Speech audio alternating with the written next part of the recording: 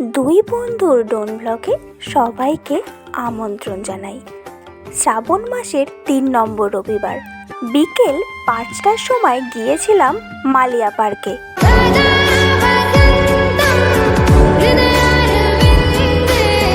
সেখানে গিয়ে কিছুক্ষণের জন্য থমকে দাঁড়ালাম।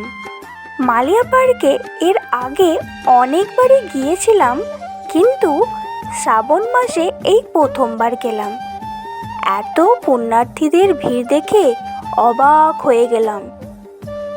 তারকেশ্বর মন্দির যাবার পথে পুণ্যার্থীরা এই পার্কে বিশ্রাম নেয়।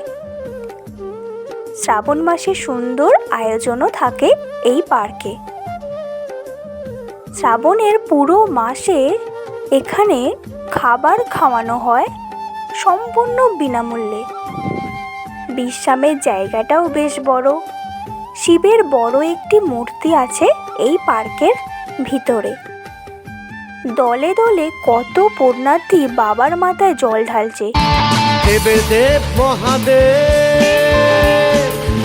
তাছাড়া এখানে রয়েছে প্রায় 50 ফুট হাইটের একটি হনুমানজির মূর্তি। এই পার্কের ভেতরে বাচ্চাদের জন্য আলাদা শিশু উদ্যান রয়েছে।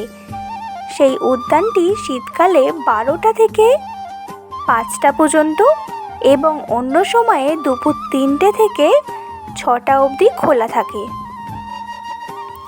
শিশু উদ্যানটির ভেতরে নাগরদোলা, টয় ট্রেন ইত্যাদি আলাদা করে টিকিট কেটে নিতে হয়। এই পার্কের পরিবেশ খুবই সুন্দর। এখানে থাকতে চাইলে রুম ভাড়াও পাওয়া যায়, তবে এখানে রুম বুক করতে হয়।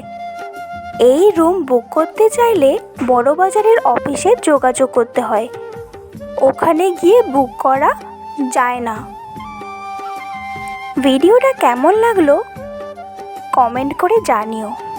সবাই ভালো থাকো এবং সুস্থ থাকো। দেখা হচ্ছে তোমাদের সঙ্গে পরের ভিডিওতে। টাটা।